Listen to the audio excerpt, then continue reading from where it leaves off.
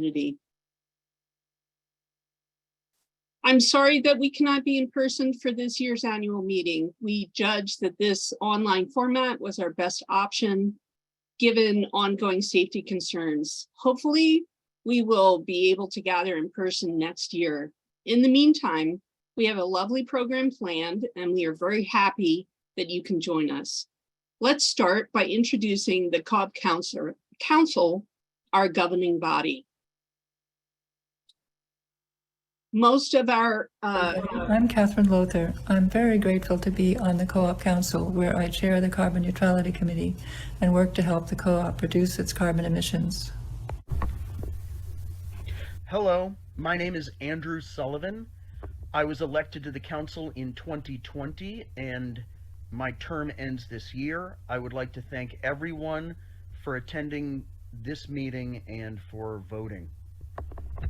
Hi everyone, my name is Jeff Roberts.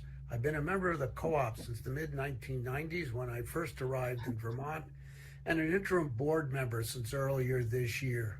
I've been really thrilled with my experience so far and believe in the life of this organization and its critical importance to Central Vermont. Thank you, bye-bye. Hi everyone and welcome. My name is Julia Shire. I've had the pleasure of being on the council for the last year in an interim role and served as the treasurer and on a few committees. I've just been so impressed with the dedication and commitment of this small group to the success of the co-op in all of the different definitions of the way our co-op serves our community, and want to wish you a very warm welcome tonight. Hi, my name is RJ Adler. I've been on the council since 2020 and I'm from Berlin, Vermont. Hi everyone, welcome to this year's annual meeting. My name's Jen Poirier. I've been on the council since 2020 and I live right here in Montpelier. Hello, I'm Stephen Farnham. I've served on the executive committee as the council secretary for the past couple of years. In addition, I've also served on several other committees, including bylaws, communications, ethics, recruitment, and rules since first being elected to the council in 2014. It is an honor to be able to serve the co-op and the greater community in this capacity. I believe I speak for all of us on the council when I say your continued support of Hunger Mountain Co-op and of the council is greatly appreciated. I hope you find the offerings in this year's virtual annual meeting enjoyable and informative. Please don't hesitate to give us feedback after the meeting, and thank you so much for joining us. Thanks, everybody. We heard from everyone on the council except for Council Member Lauren Antler and Staff Representative Nick Severett. Now it is my pleasure to introduce tonight's moderator, Bonnie Hudspeth. Bonnie lives in Putney and is in charge of cooperative development for the neighboring Food Co-op Association. She also serves as president of the board of a cooperative fund of the Northeast. Welcome back, Bonnie, and thank you for returning to moderate our meeting again this year. Well, thank you, Eva, and welcome co-op friends. If it wasn't clear from Eva's introduction, I am a co-op lover and a co-op nerd. I'm really happy to be here with you all tonight, and especially for this momentous occasion as we're celebrating half a century of profound community impact through the Hunger Mountain Co-op. So let's raise a glass to that. What a great time to gather in celebration of the co-op and reflect on how our community has changed for the better, right? By having this community-owned and controlled grocery store as a vibrant hub for Montpelier and surrounding communities. From last year's annual meeting, we heard your desire for more interaction. So we already switched to using the Zoom meeting platform for this year's meeting so we can see each other. And I encourage you, if you're comfortable, to turn on your video so we can wave to each other. And we want you to have the best experience. Yeah, give the thumbs up. We want you to have the best experience possible tonight. So I'm going to go over a couple of features that will help you optimize your time. So first, you've got view options. You can see just the speaker, or you can see the gallery and see all your friends and neighbors by going up to the top right corner of your screen. You'll see a little grid with view, so you can select what you're seeing. You also can enable captions if you want by pressing the Show Captions button at the bottom of your screen. And tonight we will be using reactions button for voting. So let's try that now. At the bottom of your screen, you can see a reactions button with a little smiley face and a plus. So if you could go down to reactions and press on a reaction, either a celebration perhaps, or a heart, thumbs up. Okay, I see a cup of coffee from Larry, thumbs up from Gail. Stephen gave a thumbs up, great. Check mark from Jess. Okay, we've got those reactions and you can practice. You can do it at any point before we vote. If the chat isn't visible for you, you can just hover your mouse over the bottom of the screen and click on the chat button to open it. That way you can communicate. And if you want any tech support, just send a message in the chat and one of the awesome staff will help you out. You can also chat to the whole group or chat to individuals if you want to say hi to your co-op buddies and neighbors and send them a direct message. You should be able to do that.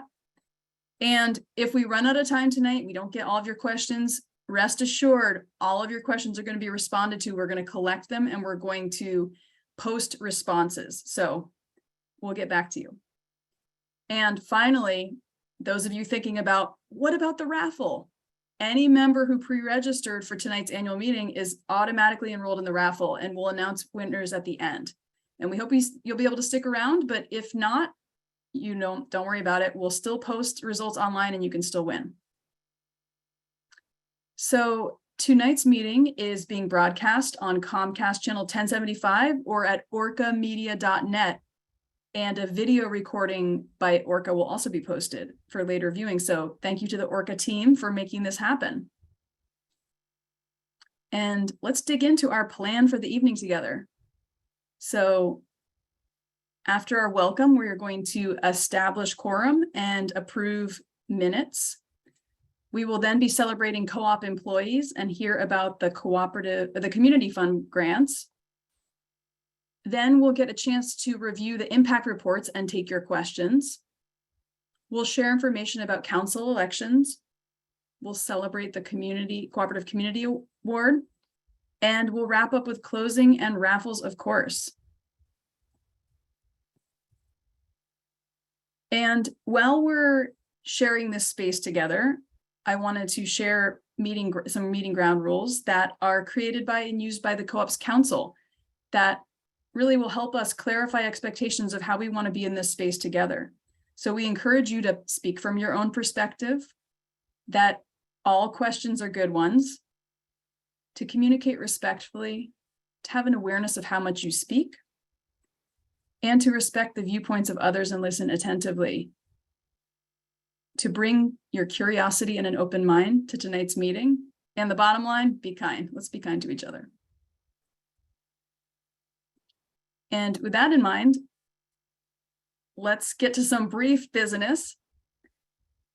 Approving the 2021 annual meeting minutes and the 2022 special meeting minutes. Both are posted on the co-op's website. And first, we're going to establish quorum. So we've got Community Relations Assistant Manager Rowan Sherwood in the house to help us out.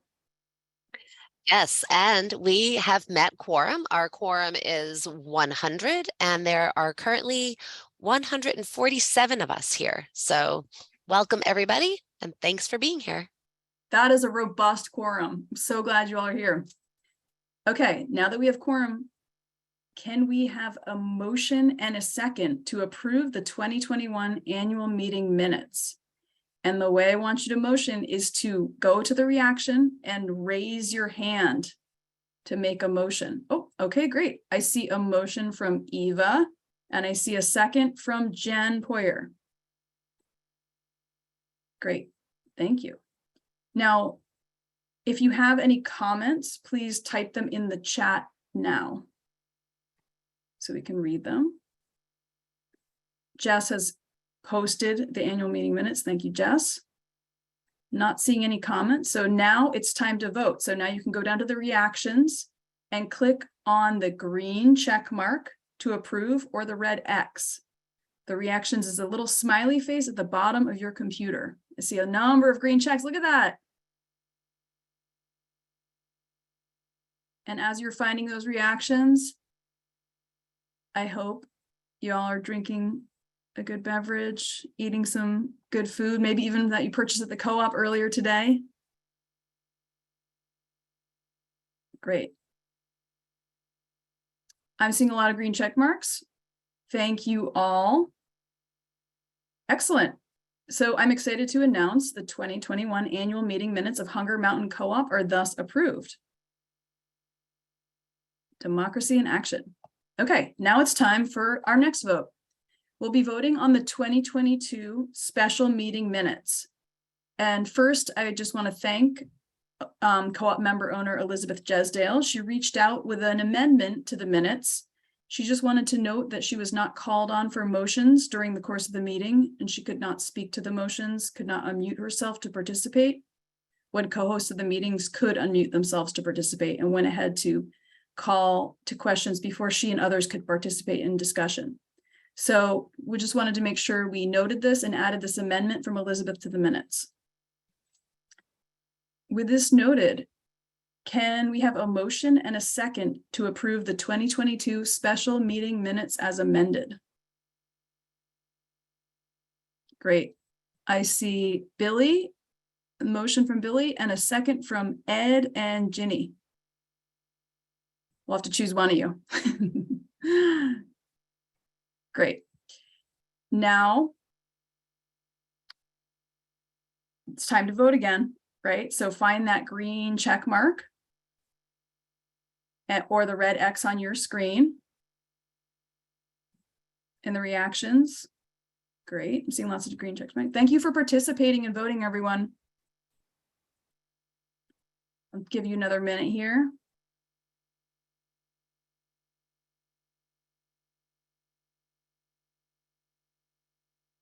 I don't see anything in the comments. Just wanted to make sure that you have a chance to weigh in if you need to. Okay, lots of green check marks. Great. I'm excited to announce the 2022 special meeting minutes are thus approved. So congrats, everyone. Our first business, let's do a little celebration. I got to find my celebration reaction. Woohoo! Our first item of business is officially done.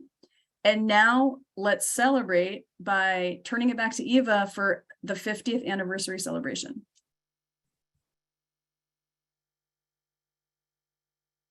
Thank you, Bonnie. It is so exciting to be celebrating our 50th anniversary as a food co-op. It's incredible to think about all the changes that have occurred in the world and in our community since 1972. I am so grateful for my parents' generation who had the vision and wherewithal to start buying clubs in Plainfield and Montpelier, which, part of a nationwide movement, turned into food co-op stores in just a few years, paving the way for supporting the growth of the organic and local foods movements that has had such a positive effect on our community. I joined the Hunger Mountain Co-op in 1988. My favorite snacks that year were Scotty Harrison's freshly made shrimp egg rolls, a baguette from Upland Bakers in Marshfield, the only freshly baked handmade French bread you could get in Vermont, and Butterworks Farm cream top yogurt, possibly the only Vermont organic dairy selling yogurt to the co-op in 1988. Interest in organic and locally made products outgrew the Berry Street store. Co-op members decided to find a new, larger location and moved to Stonecutters Way in 1997.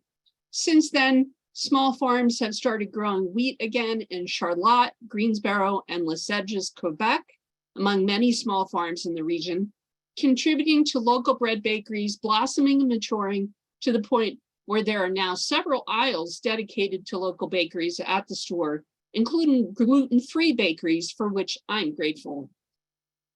Hunger Mountain Co-op is at the center of the growth of the organic and local food movements in Central Vermont and has had an impact that is both large and varied on the community, making it possible for small farms like the BIPOC-owned Nama Farm in Cabot to have a place to sell their preserves locally, which in turn supports their efforts to build sustainable community through seed sharing, community canning parties, and potlucks.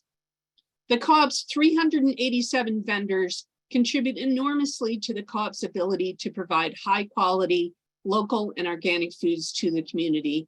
And in turn, the co-op supports the local food system and continues to lead in maintaining a membership-led, democratic, and collaborative organization.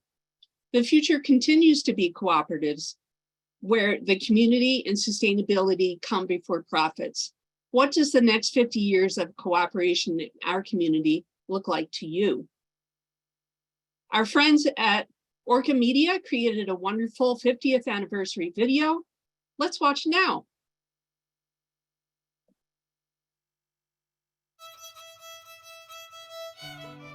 The Hunger Mountain Co-op is where we do the bulk of our shopping. It's my first place to shop. I get whatever I can at the co-op. I'm really proud of the fact that the co-op is where people want to come to shop.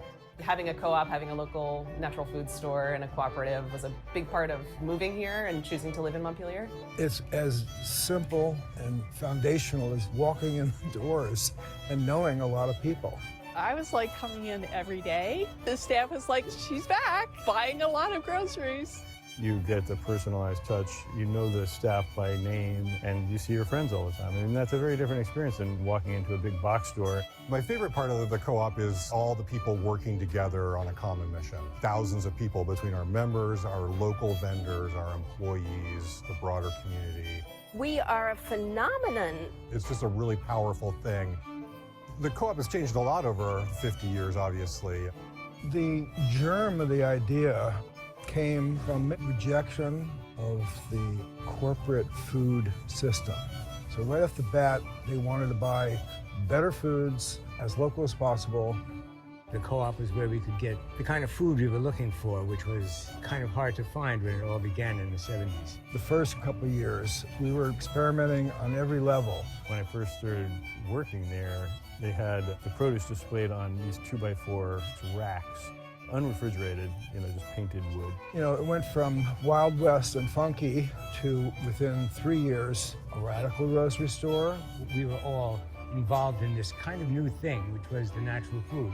Organic is kind of a household word, but back then... It was just the beginning of people getting interested in natural food and in the environment. Now people are actually asking for organic. The co-op itself prides itself on having a very wide range of organic produce. Okay, 1, 2, 3, 4.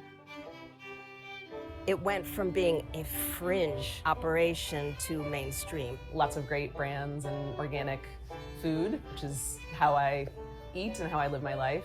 The co-op definitely has a commitment to whole foods, natural foods, special dietary requirement. I have a restricted diet, and it's really nice to be able to go in and find foods that I can eat. The co-op has a huge impact on local food sales. And creating access for local farms and farm producers to help business growth and farm viability, which is so important for Vermont. As the co-op grew and the marketplace grew, we all grew along with it. The co-op is a huge part of this farm's success. The co-op's always been really great that pretty much anything we pitch to them, they say, great, let's give it a try. And it helps that a lot of people in the Montpelier area really know us. So when they see more of our stuff on the shelves, they buy it, and then it does really well. We've grown, the operations get more sophisticated, more people involved, more perspectives. I think the key is that we've changed as the community changes. We've designed the whole business so that our values of cooperation are baked into our processes. And it's just a very powerful way to run a business. There's about 55,000 people that live in Washington County, and our membership is 10,000 plus. It's not just a store.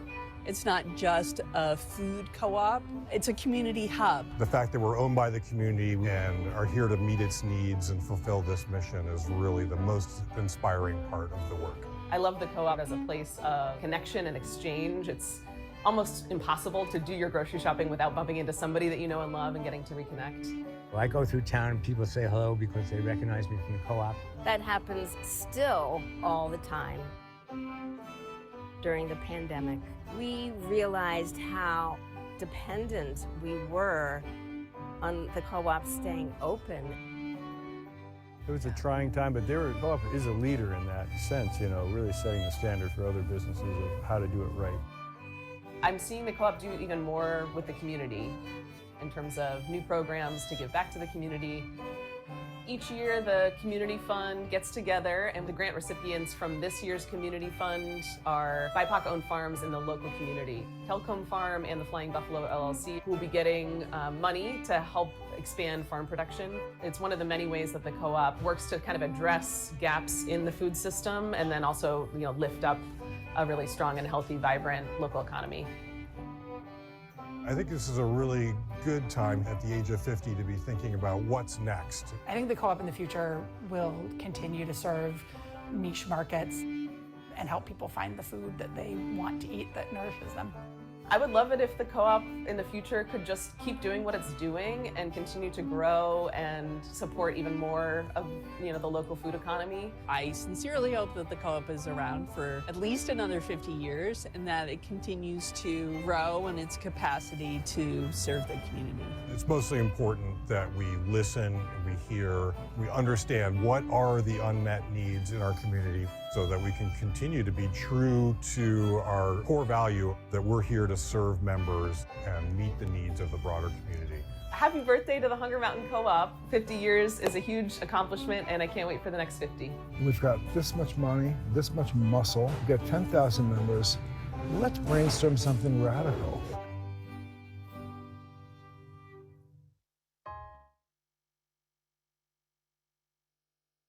I'm seeing a lot of love in the comments here, from appreciation of memories of cheese cutting to first CSAs to the music. And just wanted to give a shout out to 25 Strings for providing the music in this video and also the intro and exit music as well. So what a beautiful compilation of Co-op community faces and stories from the last 50 years. Happy 50th to Hunger Mountain Co-op and everyone who made it happen, right? And I'm reminded as watching that video is sometimes we serve the whole community by a person-by-person basis. And so being able to see glimpses of some of the people who have participated in the Co-op and worked to build it into what it is today is very moving. And now we're going to hear from storekeeping manager Mary Mullally, who will share the vital statistics of the Co-op at 50. Hi everyone. Hunger Mountain has a lot to celebrate for our 50th. We have 10,655 members, 187 employees, and 387 Vermont vendors. Our current sales are $27.3 million. 38% of that is local, 35% is organic, 46% from fresh, and 5% from other co-ops. Our total equity, which is the wealth that we have amassed, is currently $7.6 million. We've also given away over $80,000 in donations and sponsorships and over $14,000 in grants. And shortly you'll be hearing about our newest environmental initiative. Thank you so much for all of your support. I will see you at the Co-op. Thank you, Mary. And it is amazing to think that now there are nearly 11,000 member owners who collectively own the Co-op together, including you all, right? So now that we've gotten into some celebration, let's do some interaction. We're going to break into small groups right now for 10 minutes. And in addition to saying hello to your Co-op neighbors, we're offering some questions. We'd love to hear from you. So we'd love you to consider, what is one favorite memory you have of the Co-op? And what is one hope you have for the next 50 years of cooperation? So we also want to hear what you have to share. So if you could document in the chat once you're in your small group, find a scribe from your group to take notes under your group numbers section, which you'll be able to see at the top of the screen once you're broken into your small group. So what Kari's going to do is he's going to help break us up into breakout groups, and you'll see an invitation pop up in your screen in a minute here. And then you'll be invited to go into a small room with a bunch of other people, virtually, of course. And we'll send out a 5-minute check-in. And then you'll also get a 1-minute countdown before you come back into the room. So before hopping into your breakout group, you'll notice in the chat here, that Rowan has posted a link where you can take notes. So if everyone wants to click on that link, you'll see a shared Word document with group numbers. And Kari's gonna invite you to go in your groups, look at your group number, and take a couple notes so we can collect information from you all.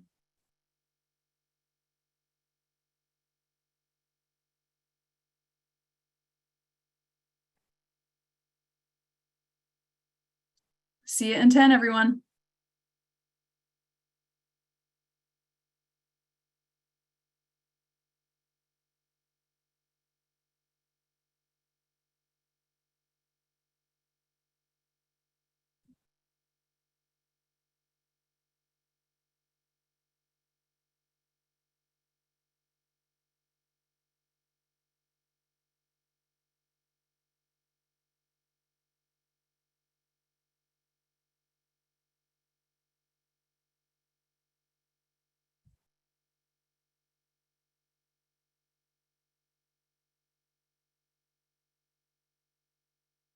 Does anyone need help getting into the breakout room?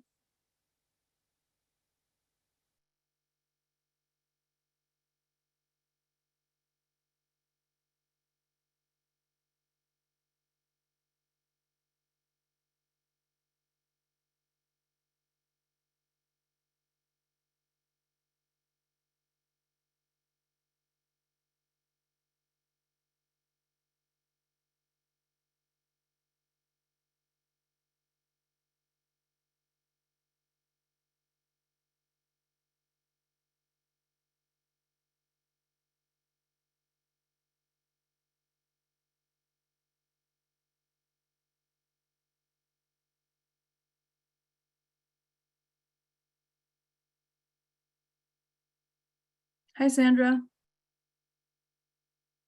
Do you need help getting into your breakout room?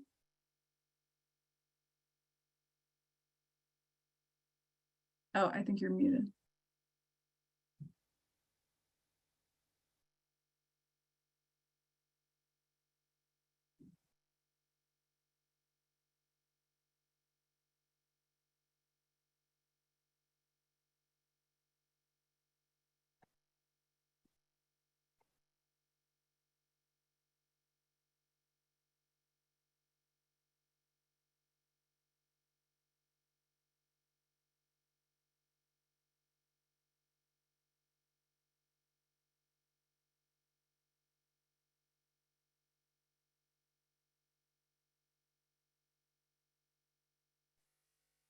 Hey, Stephen, how are you? Good to see you.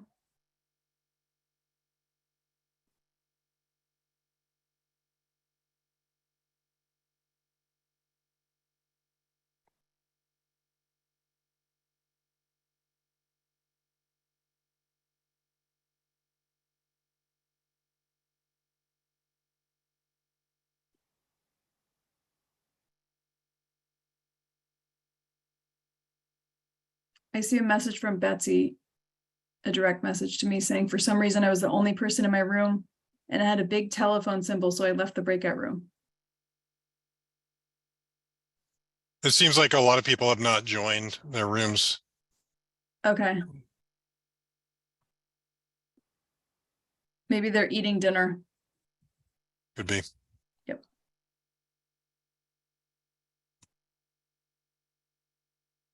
Oh, that's your experience too.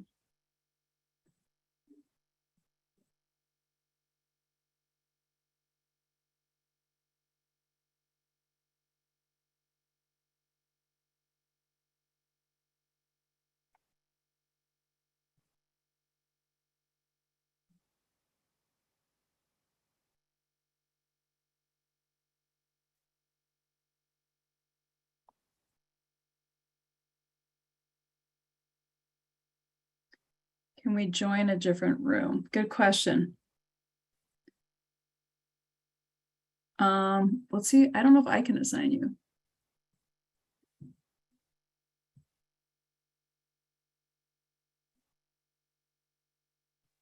I'm seeing the rooms and it says like move to, there's an option for move to. Oh yeah. So I think that means you can move them to a different room. Oh.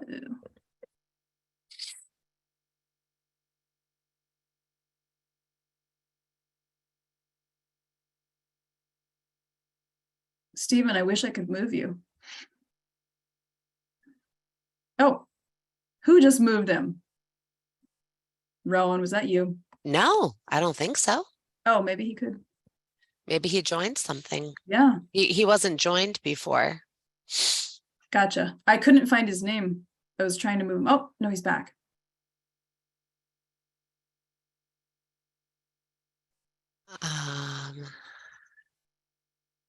So let me see if these, Tracy. Oh, good idea. They're showing in the chat what they like. All right, let me go up here.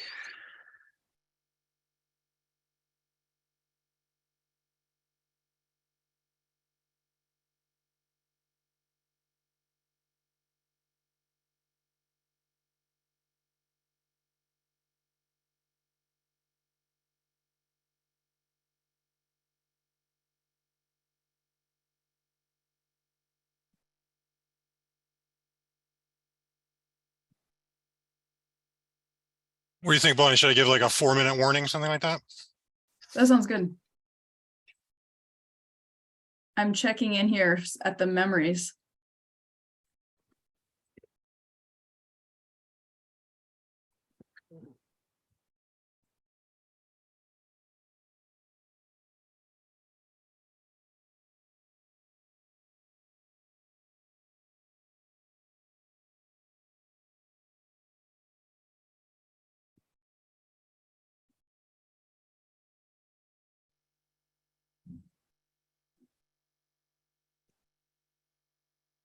I keep seeing Elizabeth Jesdale entering the waiting room, and I've admitted her like 3 times. I have 2. Okay, maybe it's a connectivity thing.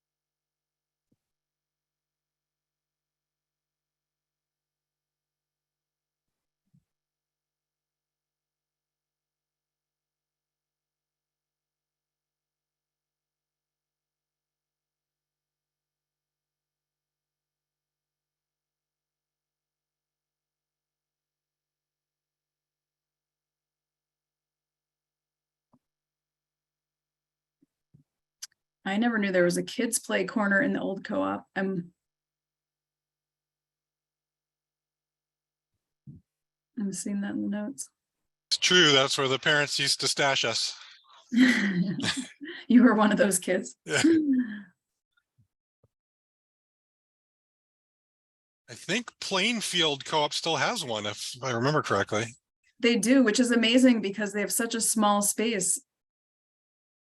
And they've got a nice little, it looks like a tree fort wedged into their co-op.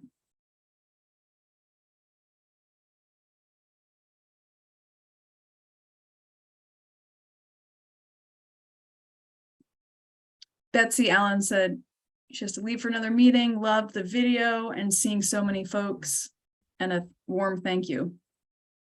A number of people are direct messaging me. Elizabeth said she keeps getting bumped. And that's why she keeps winding up in the waiting room. Okay. Gotcha. Yeah, we've admitted her several times, so I don't get it. We'll keep opening the door.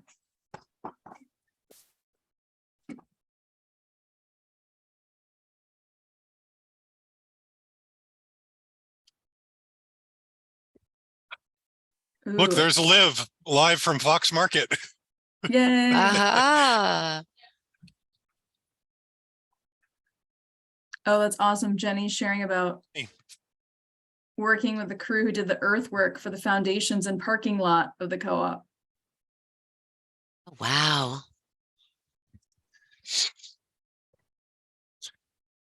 So should I give them the 60 seconds? Sounds great. Okay.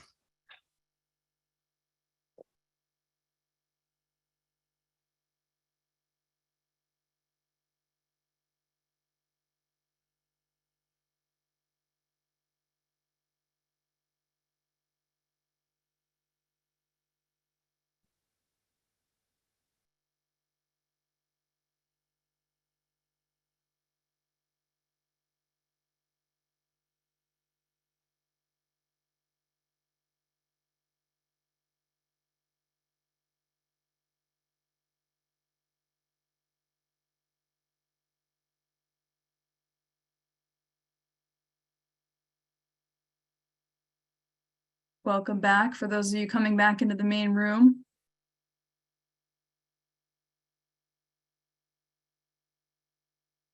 It was really fun reading through your comments and vision in the shared document. From neighborhood buying groups, that must have been really early on.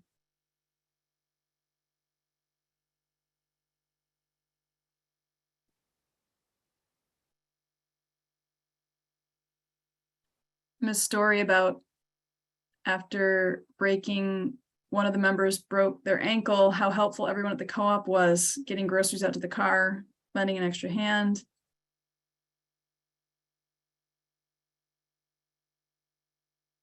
And the co-op being the first place people came to in the community when they moved. Feel free to continue to add to this document throughout the meeting. Just because we're coming out of breakout rooms doesn't mean you can't stop sharing. Or, yeah, that would be great. Thank you so much, everyone. Hopefully you had time to connect and had some meaningful conversations and memories about with your interaction with the co-op in the past, and thinking about where will this co-op be? What can we do together over the next 50 years, right? So we heard from you, and we hope you'll continue adding to that shared document, your favorite memories and your hopes and dreams for the co-op in the next 50 years. And now we're gonna hear from Senator Leahy, what he has to say about Hunger Mountain Co-op, and Rowan is gonna read a letter from the senator. Yes. Here it is. Okay, so yeah, we are really lucky that Senator Leahy, who knows something about longevity, retiring after almost 50 years in his job, wrote this lovely letter to recognize the co-op. He says, "Dear staff, this year on their 50th anniversary, I offer my warmest congratulations to Hunger Mountain Co-op. For 5 decades, Hunger Mountain Co-op has brought nutritious food to kitchen tables across my hometown of Montpelier and our entire state of Vermont. With its dedication to the health of our local communities, Hunger Mountain Co-op has supported and strengthened Vermont's sustainable and local food systems. Today, in an age of growing corporate consolidation, Hunger Mountain Co-op's accomplishments are especially remarkable. Across the country, big food retail and agriculture businesses increasingly threaten the welfare of workers, consumers, farmers, animals, and the environment alike. Hunger Mountain Co-op shows an alternative path forward. This member-owned business relies on and supports nearly 400 local vendors. It supplies quality food, which ensures the vibrancy and health of our local communities. The importance of these relationships was proven during the first months of COVID. As regional and national food supply chains became frayed, the local food system, exemplified by Hunger Mountain, was both flexible and resilient. Importantly, Hunger Mountain Co-op provides a platform for its 185 employees and thousands of members to actively weigh in on the policies and decisions which direct the organization. It allows members to come together to solve collective issues and to find common sense solutions to better serve our local communities. In our current political climate, this kind of democratic discourse is more important than ever.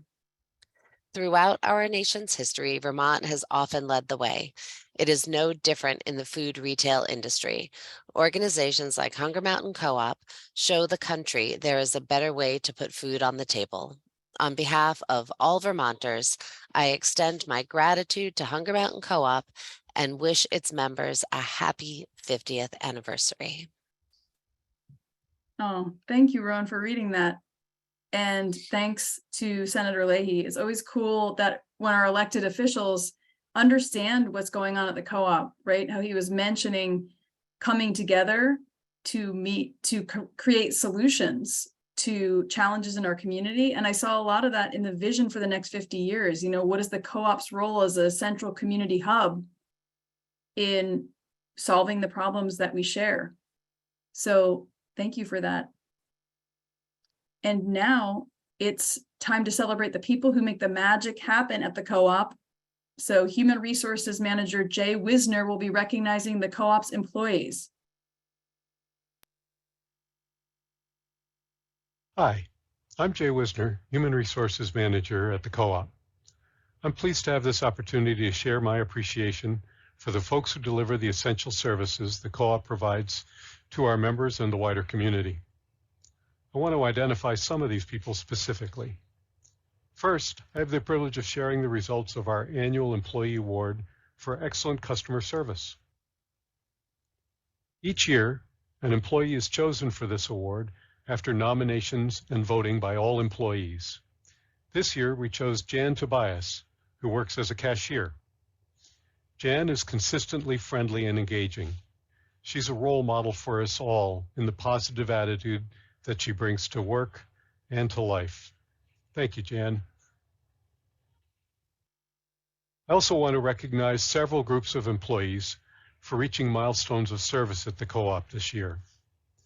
At 20 years of service, we have Tom Goulet in Prepared Foods, Beth Johns in Finance, Robin Joy Pierce in Community Relations, Yuri Prince in Prepared Foods, Gerard Renfro in Produce, and Diane Stark in the front end. At 15 years of service, we have Terry Barber in Bulk Foods, Annie Coughlin in Produce, Kelly Sewell in Wellness, Juliana Westcott in the front end. And we have a larger group at 10 years, Sonia Carrasco in Bulk, Justin Cody in Produce, Alex Fontaine in Prepared Foods, Laura Ferber in Wellness, Tucker Hayward in Meat and Fish, Kurt Jensen in the front end, Kevin O'Donnell in Operations, Dan Pianeedleman in Prepared Foods, Teddy Peterzak in the front end, James Sharp in Bulk Foods, Connor Spear in Receiving, Jamie Young in Prepared Foods, and Kate Zariello in Prepared Foods. My thanks to all these individuals and to everyone who helps make the Co-op such a special place to work and to shop. Thank you. Thank you, Jay. And now let's give a cheer and appreciation to the amazing Co-op employees. Woo!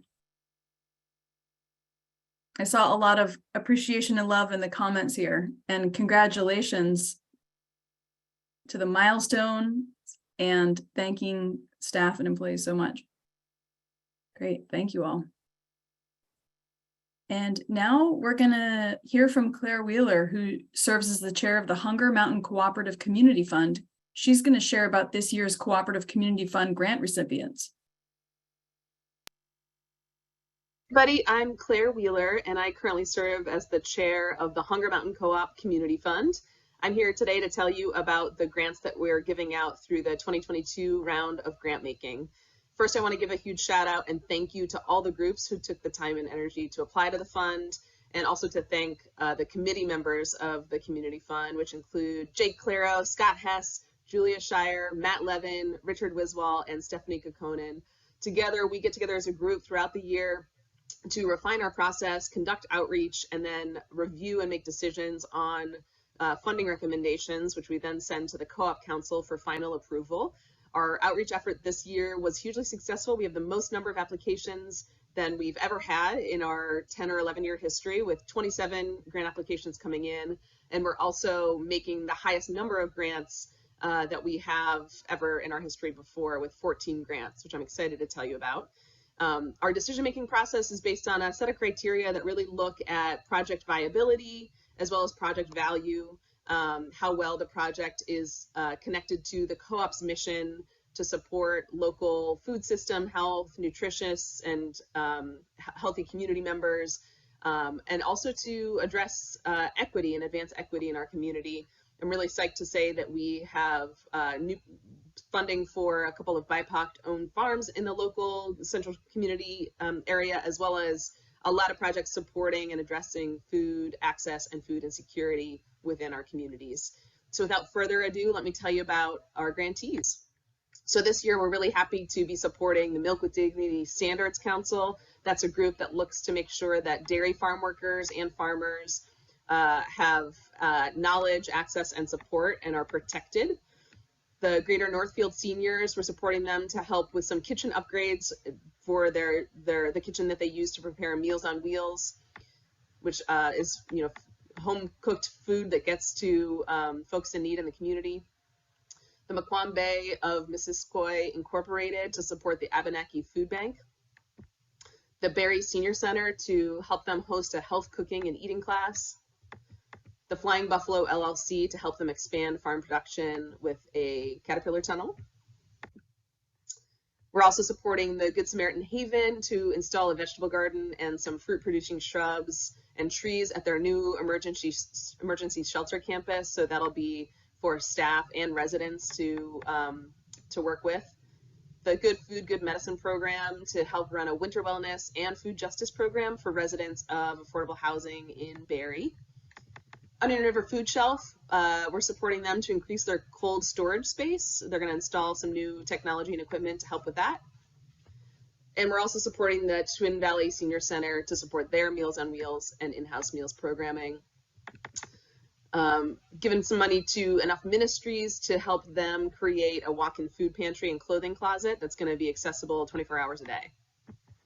And a few more grants as well, supporting the Bethany Church to add in some fruit and veggie smoothies into their regular free community meals. Schoolhouse Farm to help them purchase a manure spreader to build healthy soils. Kelcombe Farm to purchase some manure to help them do the same thing on their new farm startup in central Vermont, as well as the Ishtar Collective, which runs a free community farm in Barrie, and they grow food and deliver it for free to over 20 local families. So those are the 14 grants that we're really excited and feel honored to be able to make to strengthen the local food system here in central Vermont. Thanks so much for your support of our work, and see you around the co-op. Wow, that's amazing to hear about the record number of applications and grants. And I was really inspired to hear the breadth and the depth of these awesome projects supporting our local food system and community.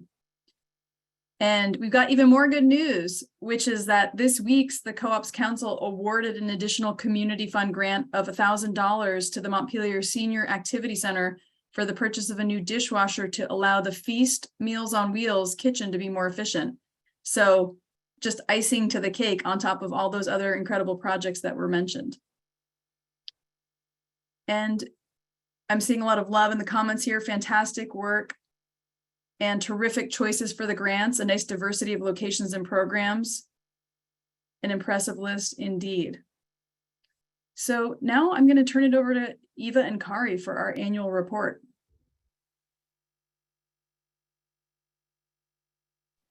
Thanks, Bonnie.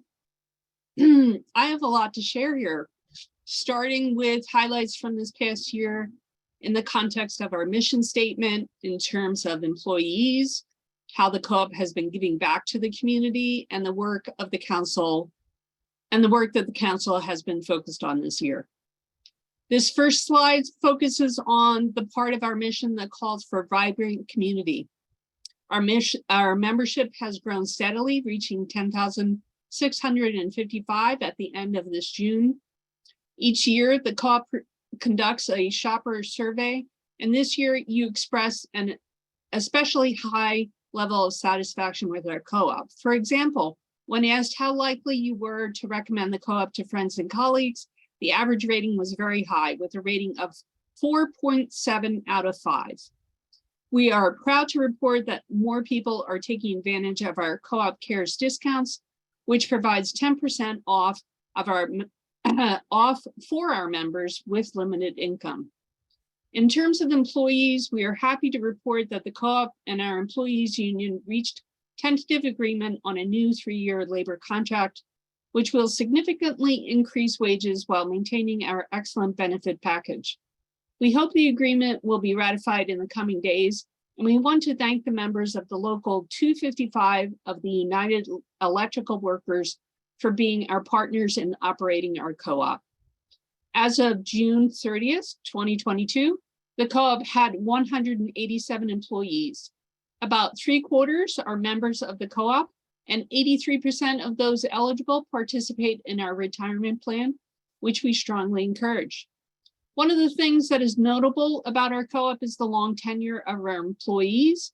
Even with an increased rate of turnover this past year, 57 of our employees have been with us for at least 10 years, and 14 employees more than 20 years.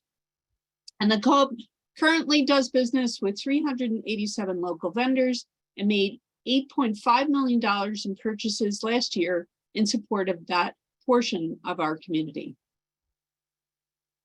Another way to think about vibrant community is how the co-op gives back. We have really stepped up the amount that we gave in the form of donations and sponsorships, just over $80,000 last year. These funds came both from co-op operations and donations from the members, from members made through the co-op members rounding up at the cash registers and other means. About half of these funds went to food pantries and the Vermont Food Bank. So thank you for helping to address food insecurity in Central Vermont. We have also grown our cooperative community fund, both in terms of assets in the fund and the amount of grants we distribute. And we just heard from Claire about all the amazing efforts we are supporting with this year's grants. I also want to highlight some of the work that the council has been focused on this year. The council has devoted up to 20% of our meeting time this year to furthering justice, equity, diversity, and inclusion, also known as JEDI education, so as to engage in the local systems that prevent fair access to food and farmland. We look forward to putting what we've learned together to work and to considering ways to update our policies using an equity and inclusion lens. A big thank you to our bylaws committee, who spent nearly 4 years developing and following through on proposals to update the co-op's bylaws. In May, we held a special meeting of the members, and thanks to everyone who participated, we have a much improved set of bylaws, which are available on the co-op's new website. The council has put a lot of effort into recruiting members to run for council or serve on committees. If you are interested in either, and keep in mind, council committees accept new members throughout the year, please let us know. Such participation helps keep our co-op strong. Finally, our co-op, our carbon neutrality committee has been looking at possible solutions to reduce our carbon emissions as a co-op. In February, the council was pleased to approve the purchase of 2 off-site solar arrays, which will offset most of the electricity with a renewable source and save us money over the long term. Here's a photo of one of the sites, which are located in Addison County. With that, I would like to introduce General Manager Corey Bradley, who will continue this year-end report. Hi, everyone. Thanks, Eva, and thank you all for being here. It's been quite a year, and it's really great to be together with you tonight. I'm going to pick up where Eva left off and talk about the part of our mission that calls for us to help create a sustainable local food system. One way we measure sustainability relates to the environmental impact of our own operations. And as a result of the purchase of those 2 solar arrays, which came online in the 4th quarter, we decreased our net carbon emissions last year. And this continues a trend from the past few years, and it's something that we plan to continue as we electrify more of our heating and cooking equipment. Additionally, in this realm, we saw an increase in local food sold, both in terms of the dollars sold and in the share of all sales coming from this from local this past year. Our mission also speaks to thriving cooperative commerce, and one way we measure that is in terms of our own business. Last year, we realized gross sales of $27.3 million, and this was growth of 4.4%, and that was a bit higher than the rate of price inflation over that period. Of course, thriving cooperative commerce needs to include other co-ops, and to that end, we invest in other cooperatives and associated loan funds that support cooperative development. That amount has grown in recent years to over $674,000. And we support other co-ops by selling their products. Last year, it was about $1.4 million, or close to 5% of our total sales came from products made by our sister co-ops. And now I'm going to shift to a very brief financial report for fiscal year 2022, which ended July 3rd. We're pleased to share that our financial statements were audited by Wegner and Associates, who once again provided an unqualified opinion, meaning they observed no significant issues with our accounting. Net sales last year were $26.9 million. After accounting for the cost of goods sold, operating expenses, and all other adjustments, we had net income before taxes of just over $163,000. And after taxes, we ended up with,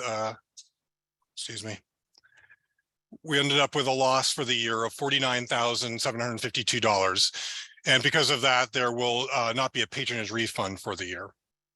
A key reason for this loss was our decision to retire the renewable energy credits associated with our new solar arrays. When we purchased those arrays, we had the option to sell those credits on the open market. And if we had done so, another company would have bought them and put them into use, meaning that the overall amount of carbon pollution would not have changed. We decided to retire those credits for the environmental benefits. And so that value had to be deducted from our income. Finishing up, I'm pleased to report that our balance sheet indicates solid overall financial health. We have total assets of $10.9 million, and that's made up of liabilities of $3.3 million and total equity of $7.5 million. And this equity is the wealth that we've accumulated as a cooperative community over our 50 years. I like to point out that without the co-op, much of this wealth would have left our community. So this is a good moment, I think, to pause and say thank you to all of our members, our shoppers, employees, local vendors, and many others who supported us up to this point. Thank you very much. Also want to recognize our longtime produce manager, Robert Kerrigan, who retired this month after nearly 38 years working at the co-op.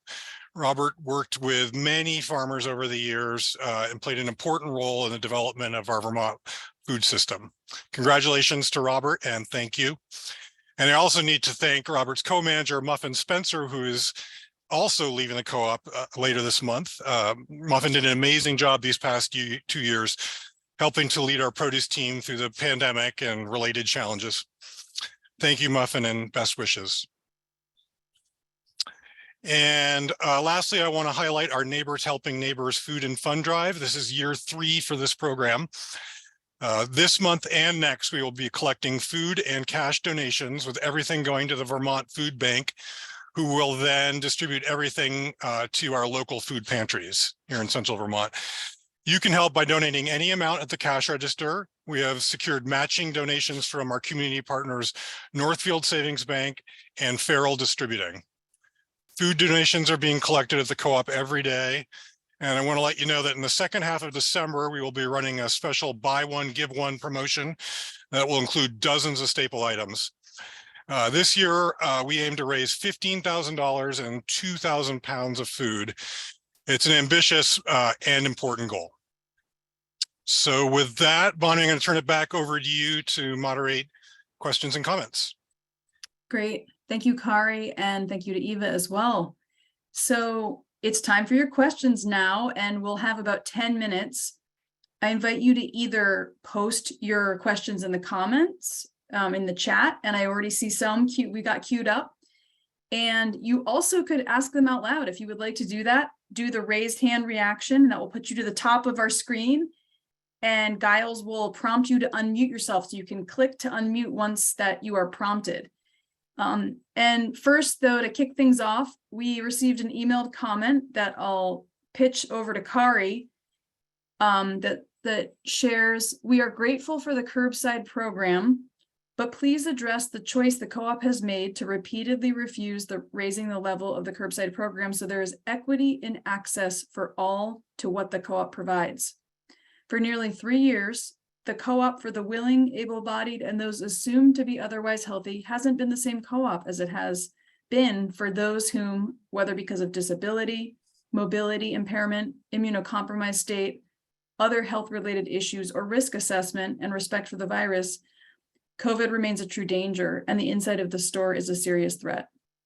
So thanks. Thank you. Appreciate that comment. And Kari, what would you share? Yep, thanks.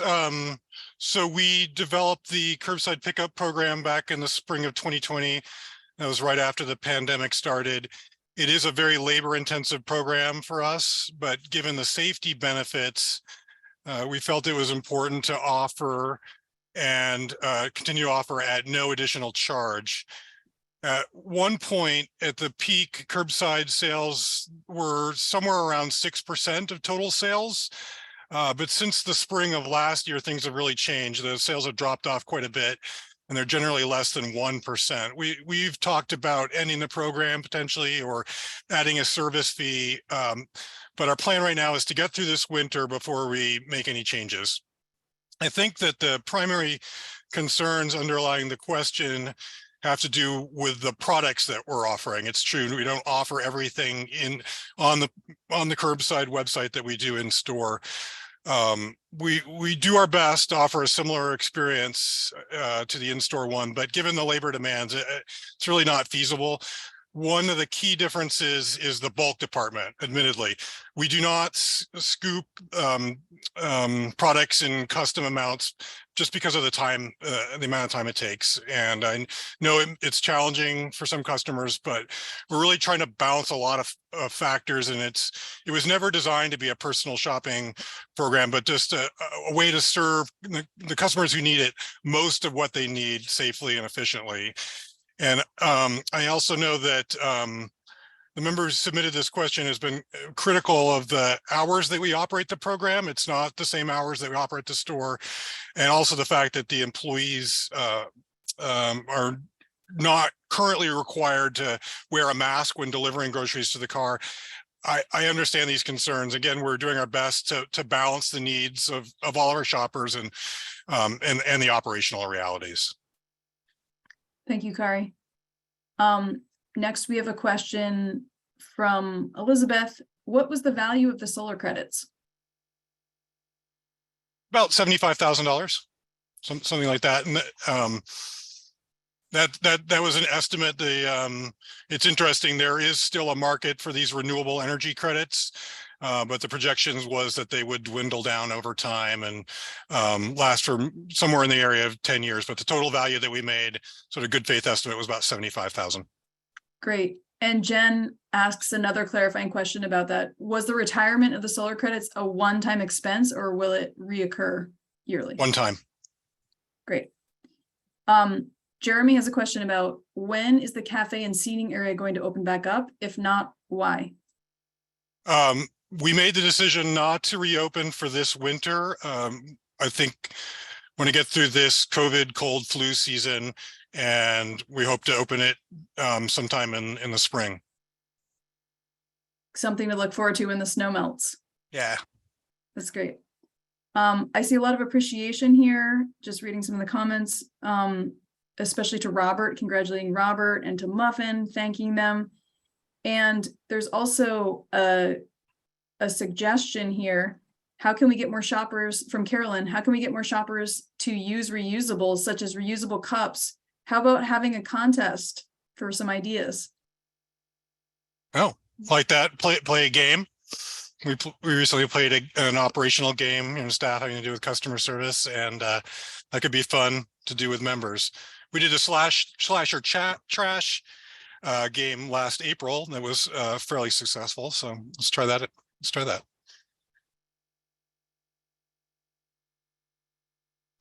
All right. I'm seeing, does anyone, and a reminder too, if anyone wants to ask a question out loud, you can raise your hand.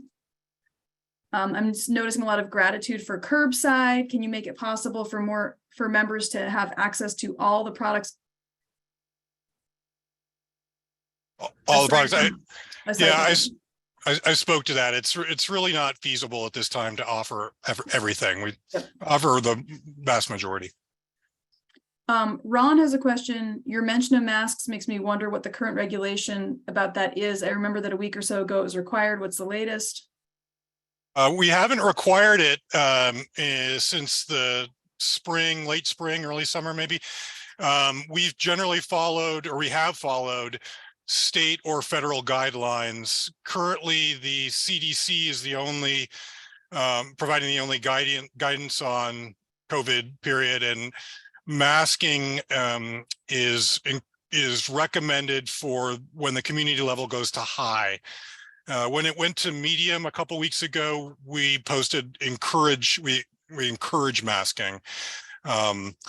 We're currently, just to be totally transparent, we're having a sort of an internal dialogue right now about what do we do if the community level goes to high. Will we require masking at the co-op again?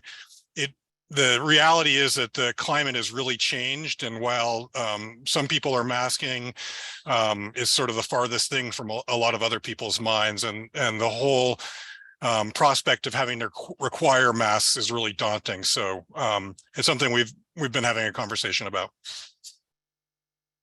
Thanks, Kari. Lauren and Ann are asking about grab and go plastics, more earth-friendly options. Yeah, that's a tough one, admittedly. It's interesting.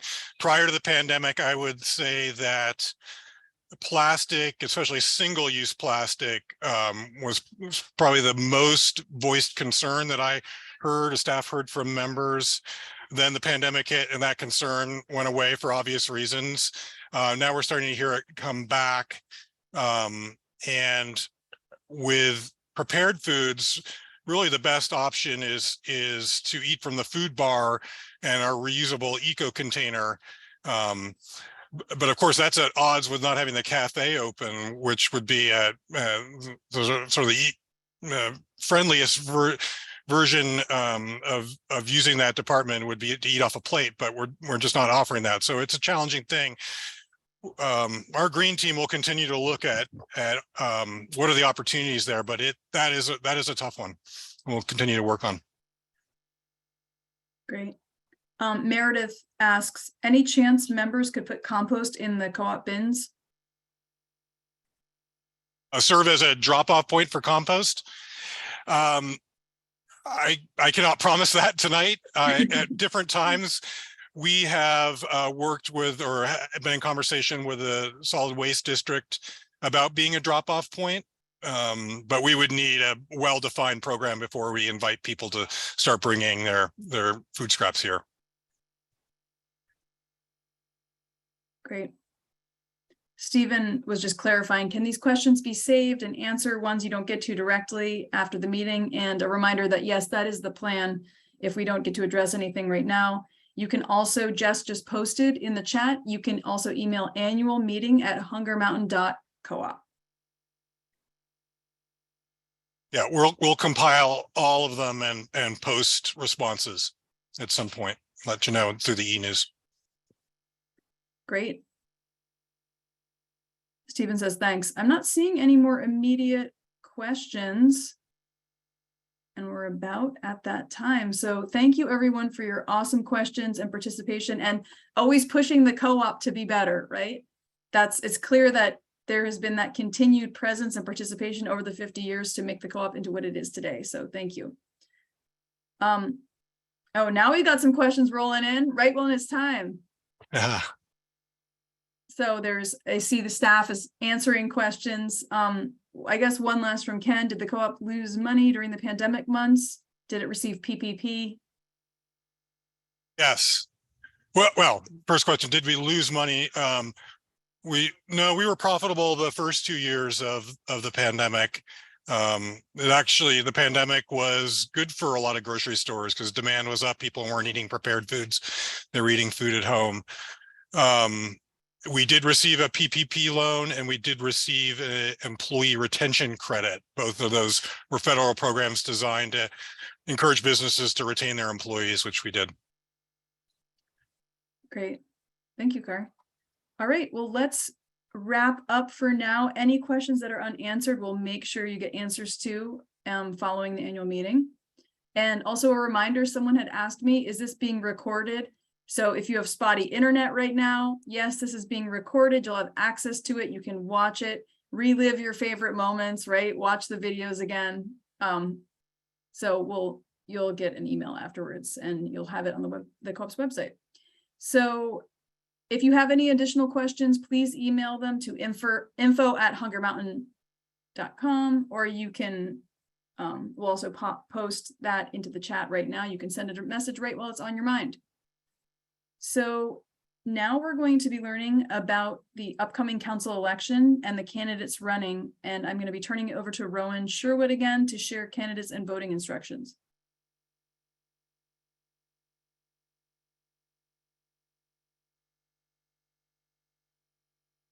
Okay, yeah, so each year we as members select or elect our council representatives.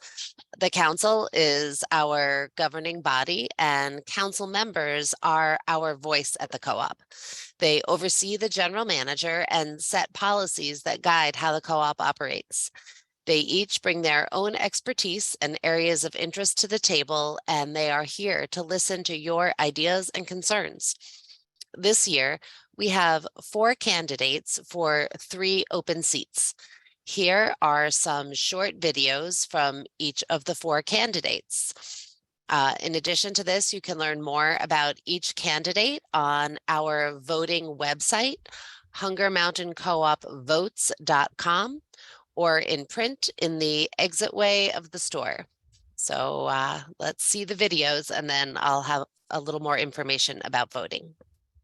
Hi, my name is Ashley Muscarella. I am running for the Hunger Mountain Co-op Council. I believe that our co-op is the sustainable grocery option for our local community. I believe that Hunger Mountain Co-op has the opportunity to promote local agriculture, reduce waste shopping through our bulk food section, and to support and ensure that low and moderate income families can shop sustainably at the co-op. I believe my drive and passion as a teacher and working for nonprofits fuels my work, and I hope to represent you on the council. Hi, everyone. My name is Jeff Roberts. I've been a member of the co-op since the mid-1990s when I first arrived in Vermont, and an interim board member since earlier this year. I've been really thrilled with my experience so far and believe in the life of this organization and its critical importance to Central Vermont. Thank you. Bye-bye. Hi everyone, my name is Julia Shire. I've been in Vermont for about 8 years and I work at the Agency of Agriculture here in Montpelier. I've greatly enjoyed being the treasurer while serving on the Co-op Council for the last year in an interim role. I believe that a thriving, resilient food system is vital to our region, and I love the role that our co-op plays in our small community. I would greatly appreciate your vote to continue serving on the council. Hi, co-op members. My name is Amanda Sardonis and I'm running for council. I currently serve on the co-op's Carbon Neutrality Committee, where I'm working on our climate action plan to measure and reduce our carbon emissions. And I hope to bring my experience with sustainability practices and partnerships into the co-op's strategic planning process so the co-op can continue to serve the community for another 50 years.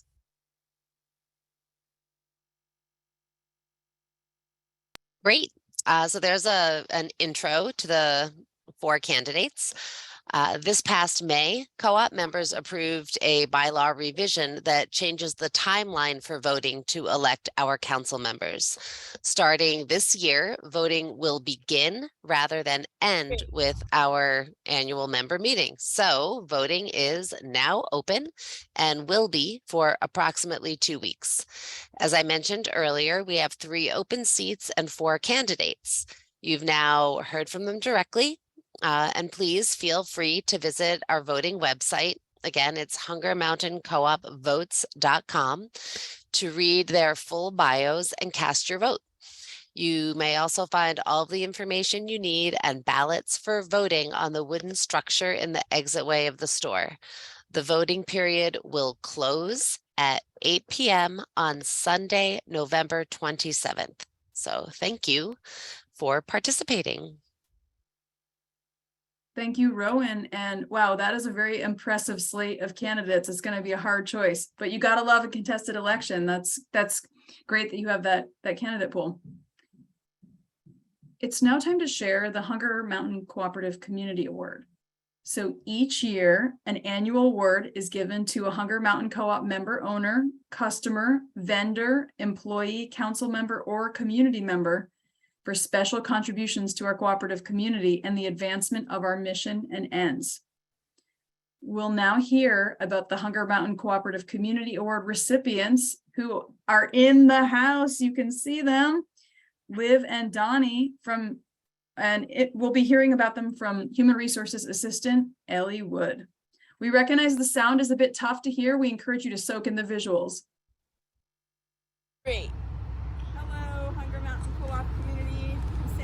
Fox Market, giving some accolades to the winner of this year's Hunger Mountain Co-op Community Award. I nominated Donnie and Liv at Fox Market because I think they've done just an amazing job of really supporting the co-op mission that they're doing here at Fox Market. They do something amazing by providing this brave, safe space for all humans of all kinds, especially the LGBTQ+ community. They've done a great job of supporting the local commerce, and I think they deserve it, and they won, and that's really exciting, especially since they used to work at the co-op. So really excited for them, this place, and wanted to share that with you. Walking into the market here, walking up into this porch, and celebrating the entry here.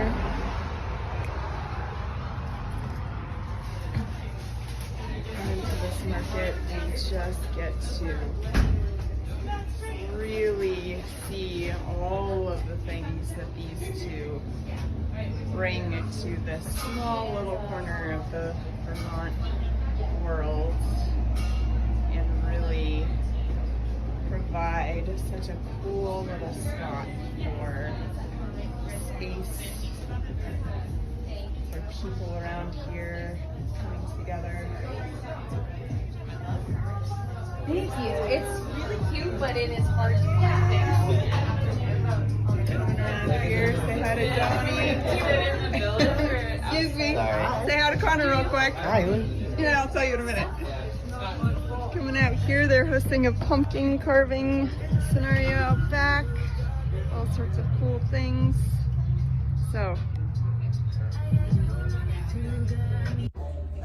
So I came upstairs so I could just quick show this lovely space that Fox Market has created upstairs for folks to be able to dine and hang out and spend some time in a cozy space. Here, overlooking pastures of East Montpelier. Really cozy space here. And it's just a great example of this community little market doing amazing things in our space. And so a huge congratulations to Fox Market for doing what they're doing. Yay, go Donnie and Liv. Thanks, Hunger Mountain Co-op! For the Hunger Mountain Co-op Community Award! Woo! Fox Market!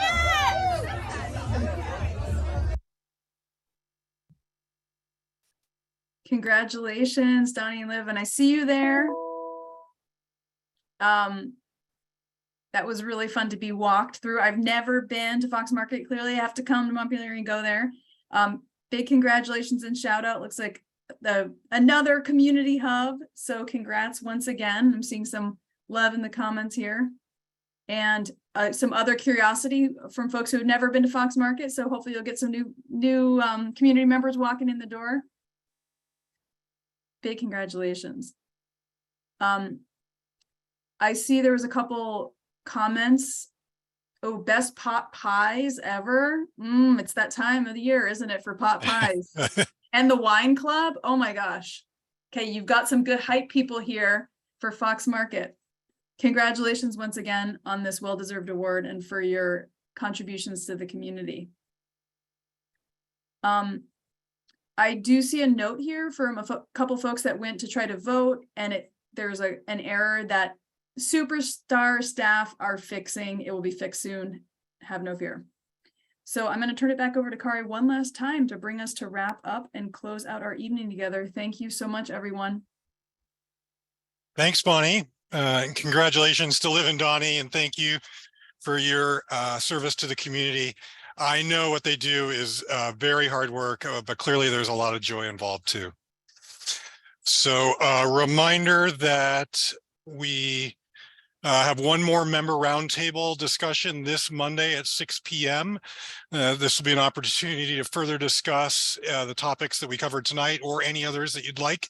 And you can join us via Zoom, and you can find that login link on our website. And you can also email us at annualmeeting@hungermountain.coop. We will respond to all questions and comments, and we'll compile them and share them out. And we really appreciate your input. And one more reminder that our Neighbors Helping Neighbors Food and Fun Drive is running now through the end of December. We're collecting cash donations at the register and food donations in our collection bins, with all proceeds going to our Central Vermont food pantries with help from our friends at the Vermont Food Bank. And please consider a gift to our Cooperative Community Fund. So far this year, in conjunction with our 50th, we've raised a bit more than $61,000. So we could use your help in reaching our goal of $75,000. The fund is designed to operate in perpetuity, and it will be generating grants for many important projects for many years to come. And I like to think of the Cooperative Community Fund as our gift to our future community. So thank you very much, and back to you, Eva. Thank you, Kari. I want to acknowledge our council member, Andrew Sullivan, who will be stepping down after this meeting. His council term ends tonight, and he is not running for re-election. Andrew has served since 2020, and we have benefited from his perspectives as a co-op employee and a member. Also, let's thank Nick Sivret, who has served as staff representative to the council for the past year. The council deeply appreciates the employees who serve in this role to make sure a staff voice is included in our deliberations, and Nick has done that well. I also want to give some thank yous to Matt Seaschultz, who provided the glass apple awarded to Fox Market, and Pizzazz Pottery, whose inscribed ceramic plates are given to outgoing council members. The live broadcasting and our 50th anniversary video by Orca Media, and music in that video is by 25 Strings. I would also like to thank community partners who have donated to our Cooperative Community Fund this year: United Natural Foods, Twin Pines Cooperative Foundation, and the Hickok and Boardman Insurance Group. And let's please thank our community partners who are supporting this year's Food and Fun Drive: Northfield Savings Bank and Farrell Distributing. Many, many thanks to Bonnie for moderating our meeting tonight. We also need to thank the employees who put in many hours planning and preparing for this event: Stephanie Kanonen, Rowan Sherwood, Jess Knapp, Robin Pierce, and Giles Brule. Thank you all for your support. We would love your feedback on how this meeting went. A survey will pop up in all participants' browsers shortly after the meeting is adjourned. On to our raffles. Raffle winners: Mega Food Gummy Pack, Carol Van Tunen. Mega Food Variety Pack, Harriet Buciccio.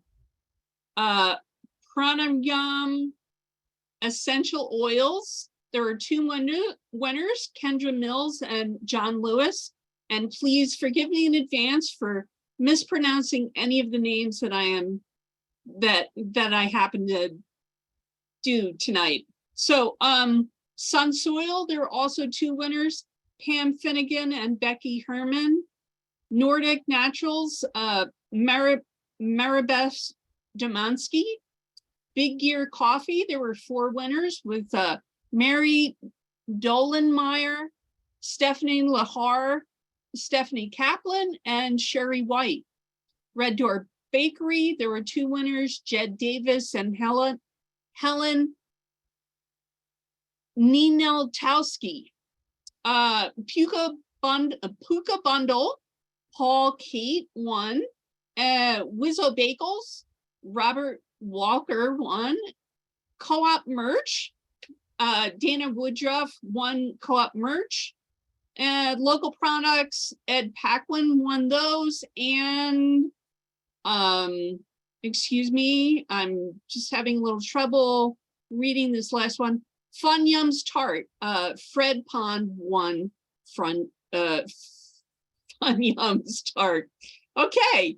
And our grand prize goes to a $100 Hunger Mountain Co-op gift card to Nora LaCroix and $130 integrative acupuncture gift card for new patient visit. There are two winners, Robert Kerrigan and Jim Passberg. Congratulations, everybody.